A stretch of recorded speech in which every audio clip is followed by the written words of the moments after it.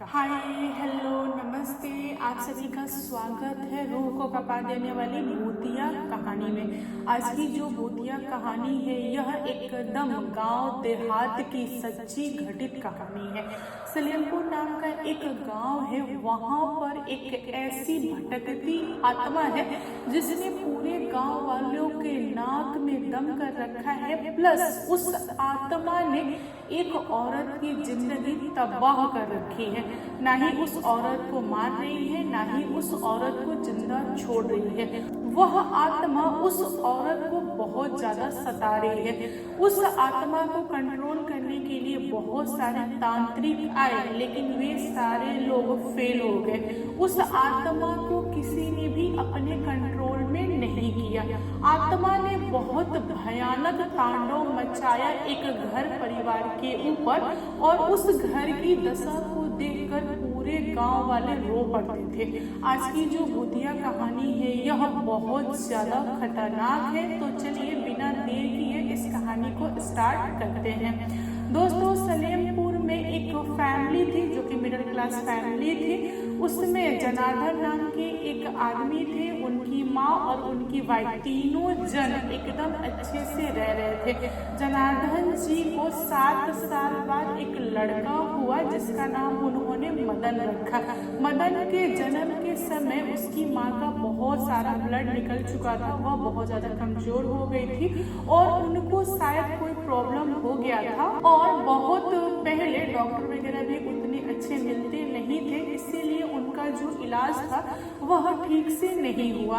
उन्होंने अपने बेटे के साथ 10 साल गुजारा। मदन जब 11 साल का था तब उसकी माँ उसे छोड़ दी, यानी कि दुनिया छोड़ दी। अब मदन एकदम से अकेला हो गया। वह अपनी माँ के ज्यादा क्लोज था। मदन की जो दादी थी वह भी बहुत ज्यादा दुखी थी। उन्होंने फैसला लिया कि मदन को नई माँ लाके देंगे, यानी कि वह अपने बेटे की दूसरी शादी करेंगे। जनार्दन जी ने हमेशा अपनी माँ को मना किया और बोला कि देखो माँ, तुम दूसरी शादी करा दोगी तो पता नहीं दूसरी बेबी आएगी तो कैसी होगी, वह मदन का ख्याल रखेगी कि नहीं रखेगी, या उसे परेशान करेगी। हम लोगों को यह सारी चीजें नहीं पता है, तो बेहतर है कि मैं और तुम दोनों मिलकर मदन की परवरिश करेंगे। लेकिन मदन की दादी बहुत ही ज्यादा जिद्दी थी। उन्होंने बोला कि नहीं, तुमको शादी करना पड़ेगा बेटा, जहाँ मैं बोलूंगी तुम वहाँ करोगे, क्योंकि मैं तुम्हें ऐसे अकेला नहीं देखना चाहती। मैं चाहती हूँ कि बुढ़ापे में तुम्हारे साथ कोई रहे और मदन को भी एक माँ मिल जाए। तुम दोनों के लिए कुछ तो सहारा होना चाहिए। दोस्तों, जनार्दन जी की माँ बहुत ज्यादा हटी थी। उन्होंने अपने बेटे को मनाया और किसी रिश्तेदार के यहाँ ही शादी करवा दिया अपने बेटे का। जब नई दुल्हन घर पे आई तो उसने मदन को देखा तो मदन को अपना लिया, क्योंकि मदन काफी ज्यादा अच्छा था और मदन ने भी अपनी नई माँ को अपना लिया। इन लोगों का घर परिवार फिर से नॉर्मल चलने लगा। कुछ समय बाद मदन की दादी दुनिया छोड़ दी। मदन का एज 18 साल हो गया था, तब जाके उसको एक और छोटा भाई हुआ।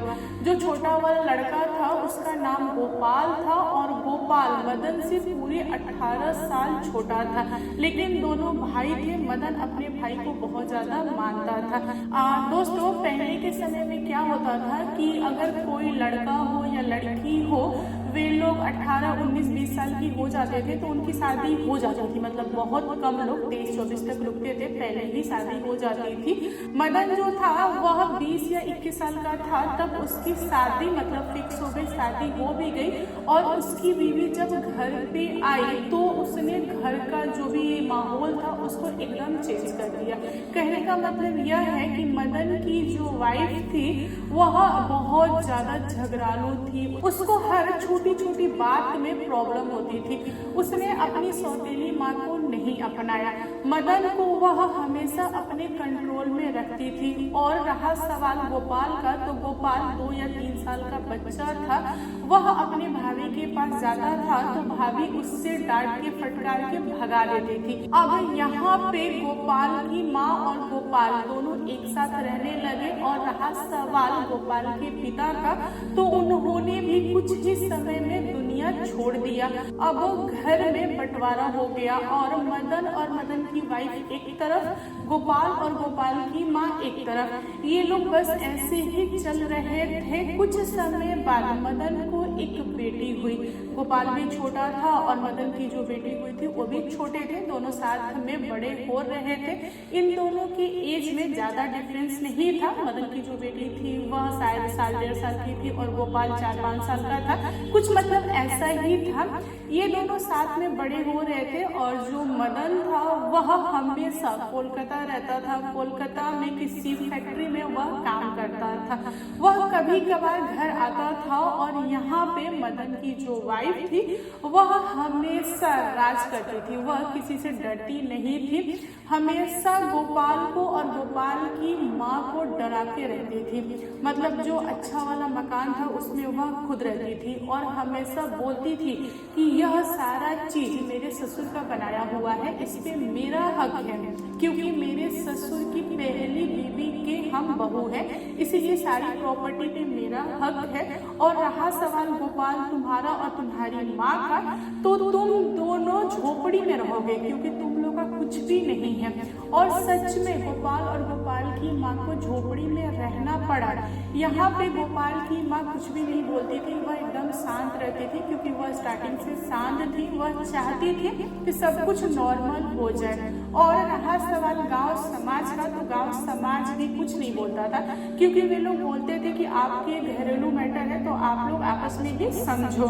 धीरे धीरे समय कटा और ये दोनों छोटे बच्चे काफी बड़े हो गए और गोपाल जब 16 या 17 साल का हुआ तो उसने डिसाइड किया कि माँ मैं जाऊंगा कमाने और मैं रहूंगा अपने भाई के पास शहर में, वहाँ पे काम धंधा वगैरह करूंगा।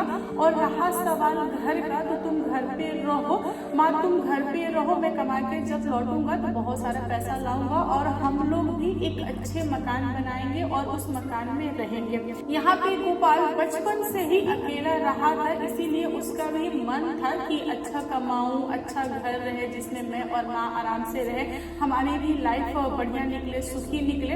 वह बार बार अपनी माँ को बोलता था जब वह छोटा था कि माँ मैं कमाने जाऊँ क्या, मैं ये करूँ मैं वो करूँ, तो उसकी माँ हमेशा उससे मना कर देती थी। लेकिन गोपाल जब 17-18 साल का हो गया तब वह जिद करके अपने बड़े भाई के पास कोलकाता पहुंचा और उसने अपने भाई से बोल के छोटी मोटी नौकरी कर ली। दोस्तों घर पे दोनों भाई बंटवारे में रहते थे लेकिन शहर में दोनों एक साथ रहते थे क्योंकि भाइयों में प्यार था। रहा सवाल गोपाल का, तो गोपाल काफी समय से कोलकाता में रहा, उसने अच्छा काम सीखा, उसने काम धंधा वगैरह भी अच्छा किया और वह अपने भाई से आगे निकल गया। गोपाल को बहुत सारे पैसे मिलते थे और वह धीरे धीरे गांव में उसने अच्छा घर बना लिया।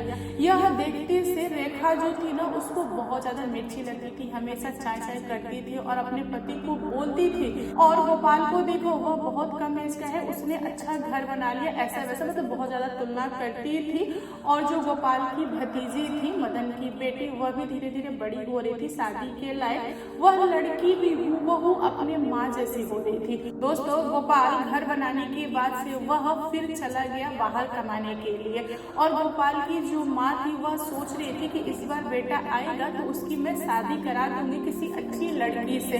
गोपाल कुछ महीनों बाद घर लौटा और वह अकेले नहीं आया था, वह किसी के साथ आया था। उसने अपनी माँ से मिलवाया उस लड़की को और बोला कि देखो माँ इसका नाम देवी है और मैंने इससे शादी कर लिया है। मैं जब गया था शहर तभी से मैं इसको पसंद करता था और यह भी मुझे पसंद करती थी, तो मैंने सोचा कि जब घर बनी गया है तो तुमको भी सेवा सत्कार के लिए बहू चाहिए, तो मैं बहू लेके आ गया हूँ। यहाँ पे गोपाल की माँ देवी को देखी तो बहुत ज्यादा खुश हुई और उन्होंने बोला कि ठीक है बेटा तेरी खुशी में मेरी खुशी है, आ जाओ। और यह चीज रेखा को बर्दाश्त नहीं हुआ। रेखा ने पूरे गांव में हल्ला कर दिया कि जो नई लड़की आई है वह डायन है, क्योंकि कोलकाता में ज्यादातर लड़कियां डायन होती हैं और वह जादू टोना करके गोपाल को फंसा ली है, उसके बाद शादी करके आ गई है। यहाँ पे गांव के जो लोग थे वह स्टार्टिंग में तो नहीं माने, लेकिन रेखा के बार बार बोलने पे गांव के लोगों के दिमाग में भी यह चीज भर गया। गांव वाले देवी और गोपाल की माँ से दूरी बना के रहते थे, फिर भी इन दोनों को कोई फर्क नहीं पड़ता था। इन लोगों की लाइफ में ऐसे नॉर्मली ठीक कट रही थी। लेकिन जो रेखा थी वह बहुत परेशान थी, उसके अंदर न जलन भरा हुआ था। वह हमेशा लड़ने का न तरीका ढूंढती थी। छोटी छोटी बातों पे रेखा बहुत लड़ती थी और इधर देवी बहुत टाइम से बर्दाश्त कर रही थी। उसका भी जो बर्दाश्त करने का सीमा था वह पार हो चुका था। उसने भी अपना मुंह खोलना स्टार्ट कर दिया। धीरे धीरे दोनों दयादिन यानी कि देवरानी जेठानी में लड़ाई होना स्टार्ट हो गया। एक दिन की बात है, बहुत ज्यादा भयानक लड़ाई हुआ। ऐसा लगा कि मार हो जाएगा, लेकिन मार होते होते बच गया।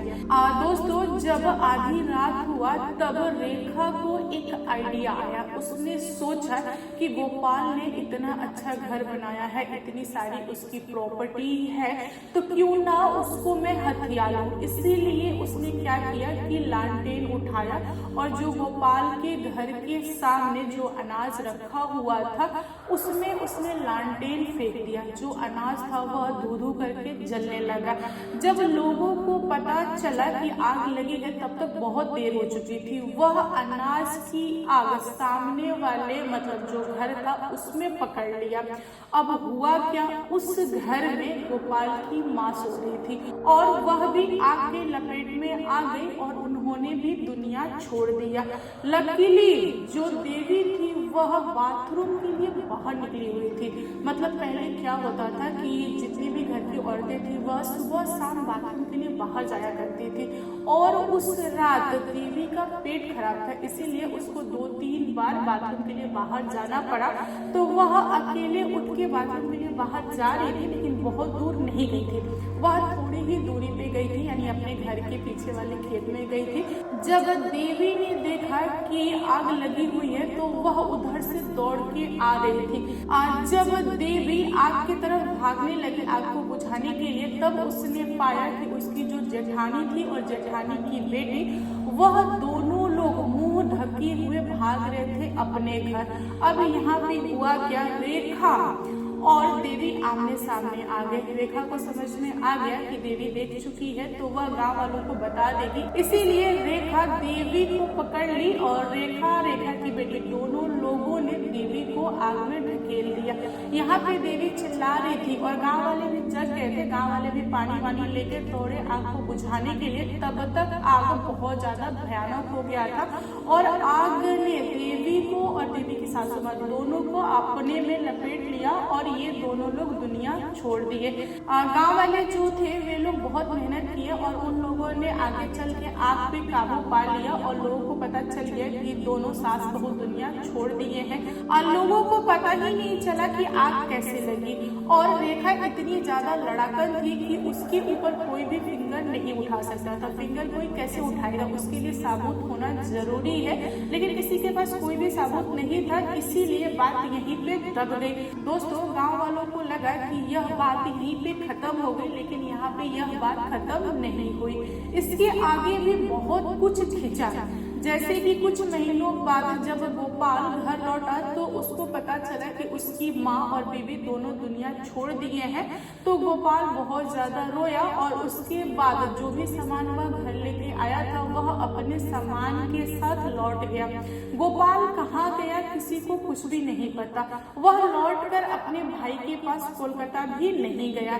जब मदन घर पे लौटा और उसको पता चला कि मतलब उसकी माँ के साथ और उसकी जो भव थी यानी गोपाल की बीवी के साथ ऐसा ऐसा हुआ, तो उसको थोड़ा सा तकलीफ हुआ, लेकिन वह कर भी क्या सकता था, उसको भी सच्चाई नहीं पता थी।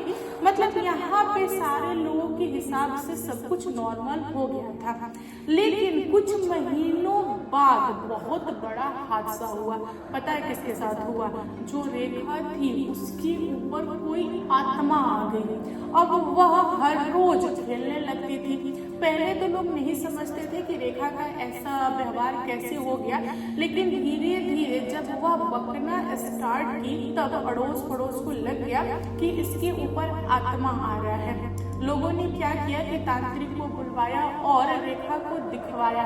जब तांत्रिक घर पे आया तब जाके खुलासा हुआ कि रेखा के ऊपर आने वाली कोई और आत्मा नहीं, देवी की आत्मा है।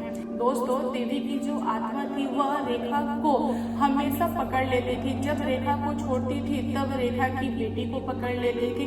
मतलब माँ और बेटी दोनों को इतना ज्यादा खिलाती थी कि पूरे गांव वाले यह सीन देखते थे। जब गांव वाले देखते थे तो गांव वाले बोलते थे कि तुम क्यों आ जाती हो देवी, आखिर रेखा ने तुम्हारा क्या बिगाड़ा है। तब रेखा चिल्ला चिल्ला के बोलती थी कि सब कुछ उजाड़ने वाली यह माँ और बेटी है, इनको मैं नहीं छोड़ूंगी।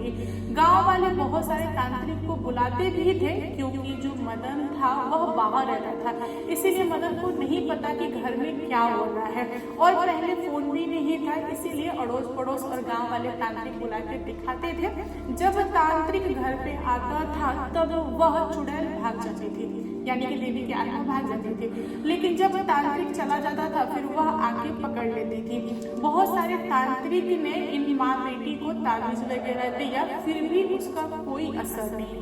जो आत्मा थी वह बहुत ज्यादा शक्तिशाली थी। मतलब गांव वाले भी बोलते थे कि देवी जब दुनिया छोड़ी थी उस समय वह प्रेग्नेंट थी, और ऐसी आत्माएं, मतलब जो प्रेगनेंसी में जो औरत दुनिया छोड़े उसकी जो आत्मा होती है वह बहुत ज्यादा ताकतवर होती है और वह आत्मा जल्दी किसी के हाथ नहीं लगती। यहाँ पे देवी की आत्मा जो थी वह जुदैल थी। वह आत्मा रेखा और रेखा की बेटी को जान से नहीं मारना चाहती थी, वह इन दोनों को सिर्फ और सिर्फ तड़पाना चाहती थी, सताना चाहती थी। जब ये लोग एकदम से बुरे कंडीशन में हो जाते थे तब वह छोड़ देती थी। जब ये लोग नॉर्मल होते थे फिर वह पकड़ लेती थी। इन लोगों के साथ उसने बहुत ज्यादा बुरा किया। रहा सवाल रेखा की बेटी का, तो उसकी तो कभी शादी ही नहीं हुई क्योंकि गांव वाले जान चुके थे कि रेखा की बेटी पे ना आत्मा आती है, इसीलिए जो भी रिश्ता फिक्स होता था गांव वाले सच बता देते थे उस लड़के के परिवार वाले को कि लड़की के ऊपर आत्मा आती है, अगर आप उससे शादी करोगे तो आपका घर परिवार नष्ट हो जाएगा, ऐसा है वैसा है। मतलब गांव वाले जो थे ना वह हमेशा सच बोलते थे और गांव वालों को पता चल चुका था कि रेखा ने यह सारा का सारा कांड किया है, इसीलिए रेखा आज भुगत रही है। इसीलिए गांव वाले देवी की आत्मा के सामने नहीं आते थे। देवी की आत्मा क्या कर रही है वह लोग इंटरफेयर नहीं करते थे। वह बोल देते थे कि तुम लोगों ने जैसा किया है वैसा तुम लोग भरपाई कर रहे हो, यह तुम्हारा आपस का मैटर है, आपस में समझो। मतलब जो सच्चाई थी वह खुल चुकी थी। दोस्तों, कुछ महीने बाद जब मदन घर पे लौटा तो उसको पता चला कि उसकी बेटी और बीवी के साथ ऐसा ऐसा हो रहा है, तो उसने देवी की आत्मा से माफी मांगा। फिर भी देवी की जो आत्मा थी वह शांत नहीं हुई। उसने बोला कि ना, जब तक ये दोनों रहेंगे जीवित तब तक मैं इन्हें नहीं छोड़ूंगी, मैं इनकी कंडीशन ऐसे ही रखूंगी क्योंकि इन लोगों ने बहुत ज्यादा बुरा किया है। दोस्तों, उस दिन के बाद से मदन बाहर कमाने नहीं गए, वह घर पे ही रहते थे और बड़े बड़े तांत्रिक से अपनी बीवी और बेटी को दिखाते थे इस उम्मीद में कि वह आत्मा छोड़ देगी। वह आत्मा कुछ समय के लिए छोड़ती थी, जब अच्छा कोई तांत्रिक मिल जाता था ना तो कुछ समय के लिए छोड़ती थी, लेकिन आगे चल के फिर पकड़ लेती थी। यह खेल कभी खत्म ही नहीं हुआ। लोग ऐसा बोलते हैं कि बुढ़ापे तक जो लड़की थी ना उसके बुढ़ापे तक वह आत्मा उसके ऊपर आई और उस लड़की ने जब दुनिया छोड़ा उस दिन के बाद से वह आत्मा दोबारा उस गांव में दिखाई नहीं दी क्योंकि उस लड़की की शादी नहीं हुई, उसका घर परिवार नहीं बसा, इसीलिए आत्मा वहां पर शांत हो गई। तो दोस्तों, आप लोग बताओ आज की कहानी कैसी लगी? कहानी पसंद आए तो प्लीज लाइक एंड शेयर कीजिएगा और मेरे चैनल पे न्यू आए हो तो चैनल को सब्सक्राइब करना। Thank you, bye bye.